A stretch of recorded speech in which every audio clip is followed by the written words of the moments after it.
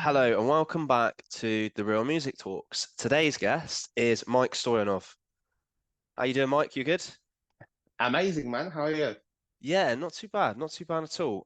So for people that are listening that don't know you, how would you describe yourself as an artist? Yeah, sure. My name is Mark Stoyanov. I'm an indie rock and roll artist. I'm based in London, and I make music that makes you feel alive. Amazing. Love that motto. So how did it all start for you? Do you want to talk about maybe your journey? How did you first get into music and how did things go from there? Yeah, yeah. I think, first I got kind of into more kind of rock and roll music, kind of in high school and stuff. And, there were kind of some guys in bands and stuff. And, I thought that was pretty cool. Like, I'll try some of that. It was just kind of, yeah, getting my first guitar and just kind of trying to play some songs and stuff. But I kind of quickly realized, as soon as I kind of learned to play like a few songs and stuff, I quickly realized that I just want to write my own songs, you know what I mean? Like I wasn't just happy just to play covers and stuff. And then, yeah, I started writing like I was like 13, 14. So once I kind of started writing songs and stuff, there was kind of no way back, once you discover songwriting. And since then it's been of a journey, man. There's been periods, I went to uni and stuff, so there's been periods where I've not been doing much music. There's been kind of different bands and things like that. But yeah, rock and roll never left me, I guess. And when it was like 2020 with lockdown and shit, and I was kind of just thinking I'm not gonna find now a band and things like that. So I basically kind of started just releasing music under my name, and I've been doing it since, man. And yeah, it's been good. That's good. So it's not like not having a band at that point held you back. You were just like, you know what, let's just put some music out there, do what I can do, rather than like just because a lot of musicians just like stopped over lockdown, right? And just use it as an excuse to be like, I'm not going to put out music. But Mm. it's a really good approach. And are you from the UK originally? I think you moved over to the UK, didn't you? Yeah, no, I'm from Bulgaria originally, and then I moved to the UK just to go to university. So I was like 18, 19, and I moved to the UK. I went to uni in Glasgow, was in Glasgow for a while, and then moved to London. So yeah, I've been in the UK for a while. Can say kind of, I try my music. I think it's a lot of has a lot of kind of British influences as well, which people can hear. So yeah, man, I like it here. And what was it like at university? Did you do music firstly, or was it a different course? No. At university, I did like economics, marketing, that kind of stuff, and I was Interesting, yeah. just like, yeah, I was just like with some bands, kind of doing music, kind of just separately. But no, it's good, man, because I mean, a lot of people, it is a music business. So I think if you have kind of basic understanding of like marketing and things like that, it doesn't hurt. You know what I mean? Because there's a lot of, at least in the modern industry, like you gotta promote your music, until you get like a label or whatever to promote your music, you gotta fucking do it. So yeah. Makes sense. Yeah, I love that attitude. And so from there, what made you want to move to London? It wasn't like a grand plan. I just kind of got a better job in London. So I was doing like in Glasgow, I was doing like some bar jobs and stuff like that, shaking cocktails. And then I just got a better job in London, so I just moved here. Yeah, but then obviously when I moved to London, then here, yeah, it's just kind of I got more opportunities to meet like producers and stuff like that, which then helped me with the music. But it wasn't like intentional. Yeah, I moved to London to become a fucking rock and roll star. It's just what happened. Yeah, that makes sense. Some people do have that plan, but it makes sense. There's a lot of opportunity in London as well. So, you releasing music on your own. How did you form a band from there? Because you play with a band now, Mm, right? And you have been for a while. So what was that process like? I know. Oh, it's been a journey, man. Well, in the beginning, because I was kind of, quite unknown and stuff like that. So I just had to hire basically session musicians. So it was quite well, they weren't like super expensive, but yeah, I basically had to pay like everyone. So in the beginning, it was kind of these session musicians, and we did kind of just after lockdown, like a couple of shows with them. But then obviously, it wasn't my plan to be like this forever. So it was a gradual process of like finding the right people and just replacing those session musicians, kind of even like kind of one by one with kind of just regular band members, because obviously if you're just starting out, it's more difficult to find people. If you've released some music and kind of you've done some shows before, then kind of people know about you, so it's easier to find than band members as well. Yeah, you've already got some traction. It's not like building something from scratch. And I mean, I can talk to Yeah, this. If you're a more experienced musician, it's kind of a lot of ask to go into something that's very like early stage when you could create music quite quickly. So the fact you already had those yeah. tracks like created and released, it makes it a lot easier. So how did you write those tracks? You know, you play guitar, I'm assuming, what was the writing process like as well? Yeah. So most of the tracks I write, it's usually I find like some beautiful chord progression or whatever, or steal one, and then just kind of come up with some melody, man. I always try kind of, I'm always searching for those melodies. So usually happens like this, and then I'll kind of record like a demo, just like guitar and vocal, and then send it to the band. Then together we're gonna do kind of the arrangements in rehearsal and things like that. So that's how it happens most of the time. Sometimes it will happen like I'll just kind of get like an idea for the hook, even if I don't have the chords yet, I'm just kind of just some melody will come to me, but that's more rare. So usually most of the time is just kind of strumming some chords and then seeing what the heavens send me. Makes sense. A very organic sort of style of writing. Just what comes to Oh you at the yeah, time and feels good.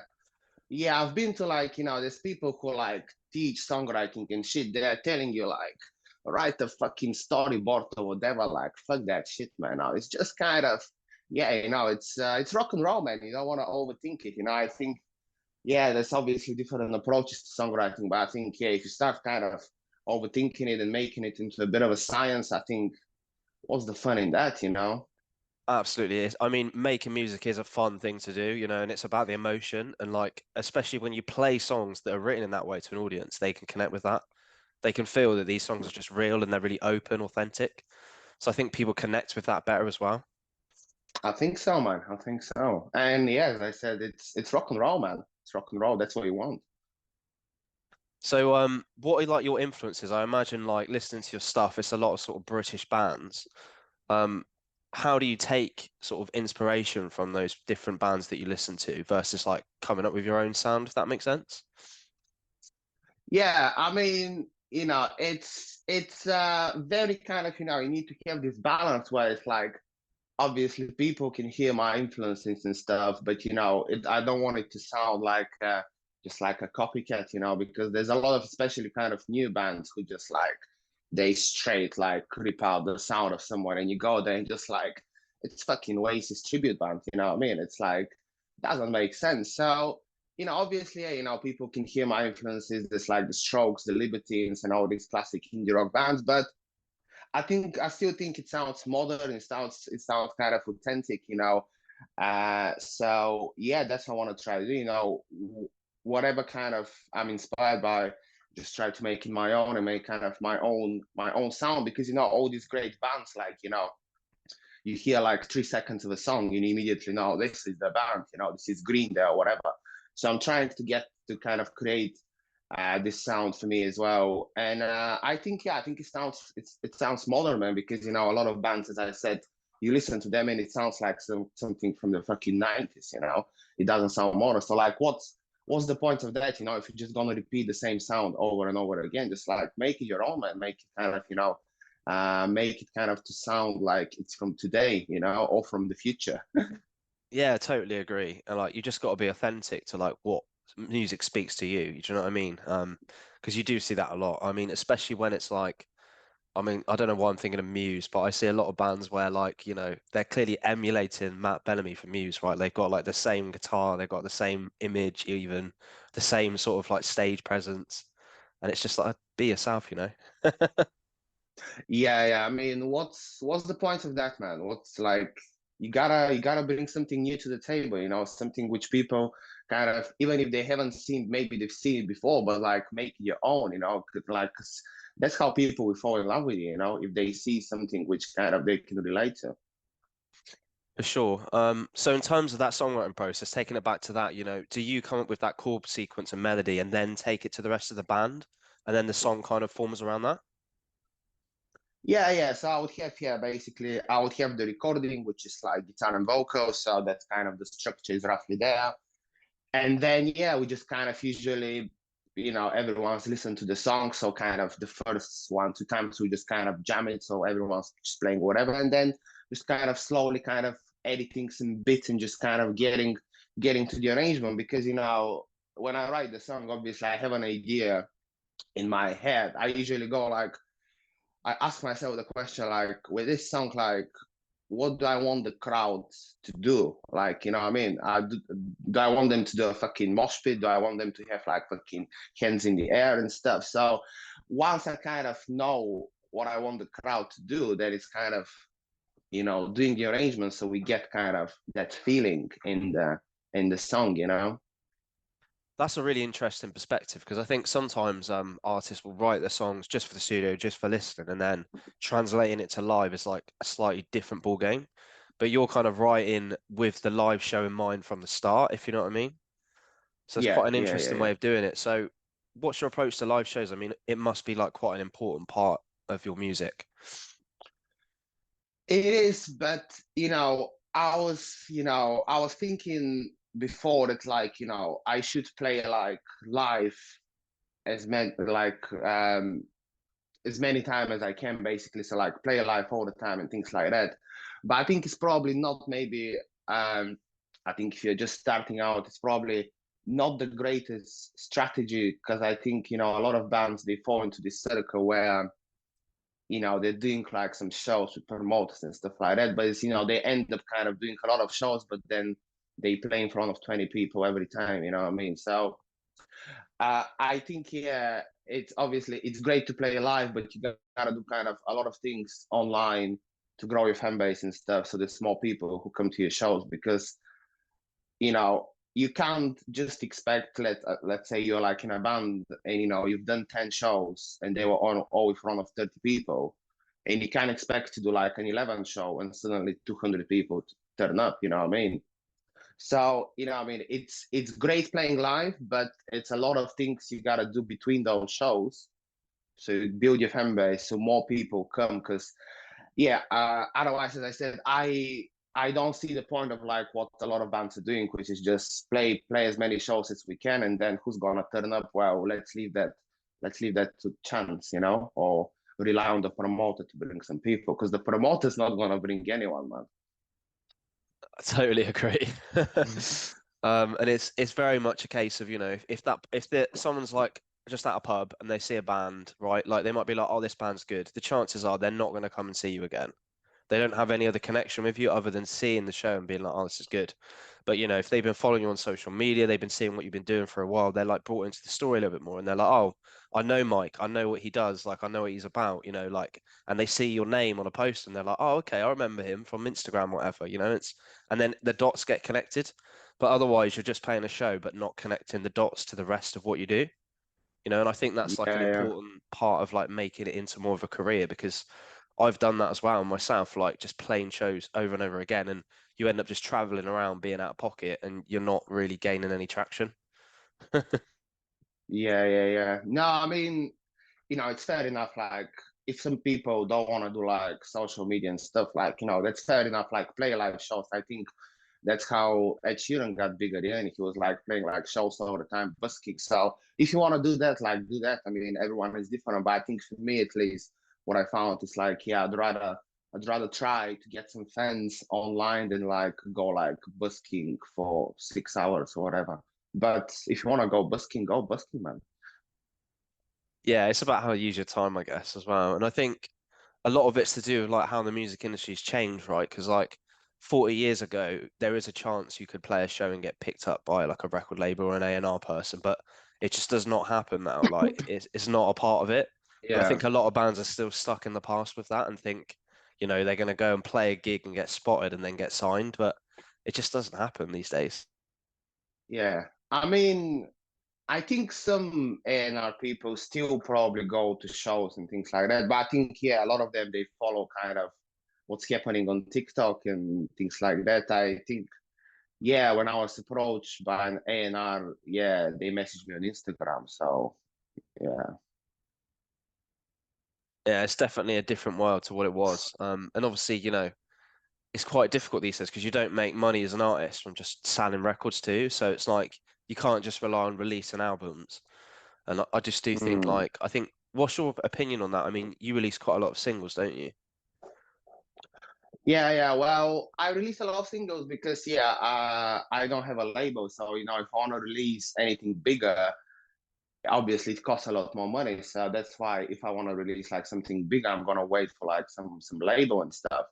But yeah, with the singles, it's a good way still to be releasing something and kind of to gaining that following and stuff like that. And especially if you're like, not with a label and not like super like rich kids, that's kind of a good option to grow a fan base because obviously everyone wants to release an album and I want to release an album, but it's expensive to do it. And then even if you release it, like, if you don't have like a lot of fans, it's going to be again difficult for people to hear it. So I think, yeah, just try basically to build your fan base as much as you can. And then, when the time is right, yeah, you're going to release an album and hopefully people will hear it as well. Because, the worst thing is like you spend like a fortune on an album and then you put it on Spotify and it gets like 200 streams. So No one that's a listens to bit it. that's Yeah. a bit sad.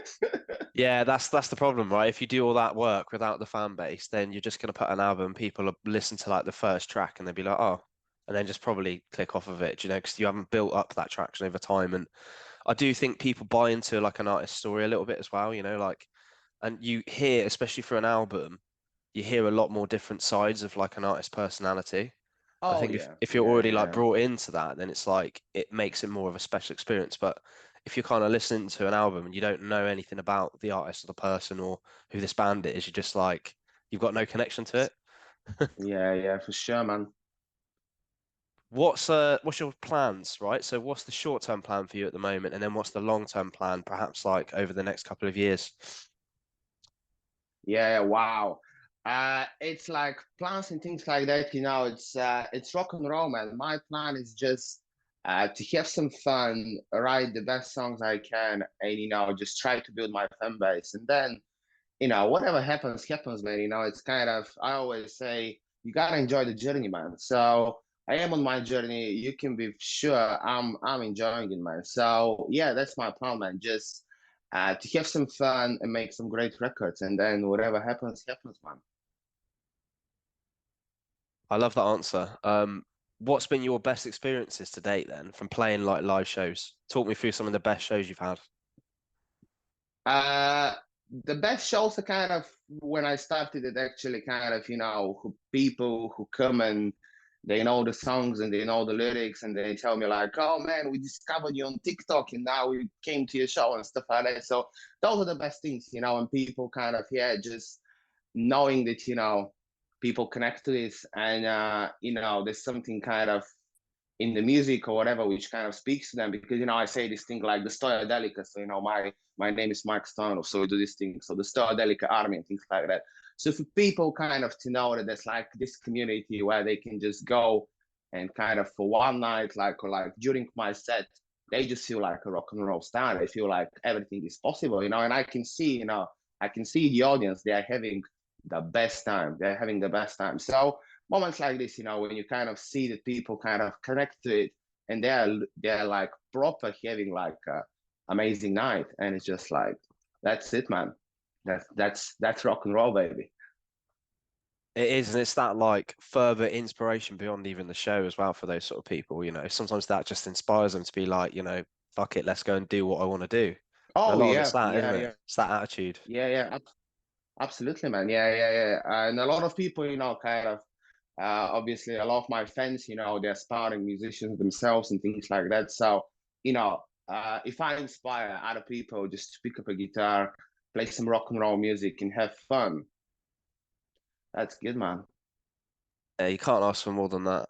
So obviously you said you had a background in, marketing and economics and stuff. I mean, obviously I'm sort of a similar sort of round with business and marketing, but it'd be good to hear how that's helped you in your journey as a musician, and what your approach to that side of things is as well. Because to be honest, a lot of musicians don't have the marketing and business experience.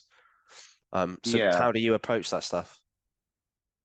I mean, it does help. So, like, as I said, especially if you want to kind of promote yourself and things like that, because a lot of bands, they would do like, let's say, they're gonna do like some promotion, and let's say, they play like a show or whatever, and they have like the poster for the show, and then they put some money and like boost the post, like they put like, I don't know, 50, 100 quid, and like that's like a very, very bad way to promote anything, because imagine you're like scrolling on your phone and you just see like some picture of a poster, like what's that? You're just gonna scroll, you know what I mean? Like, so it's kind of things like that, just getting like, if you're gonna spend money to promote stuff, like, you can't just put like a picture of a poster and expect people to fall in love with you, like, so it's kind of things like that, it's kind of being more aware of like how to promote yourself and how actually to get some new people who don't know who you are kind of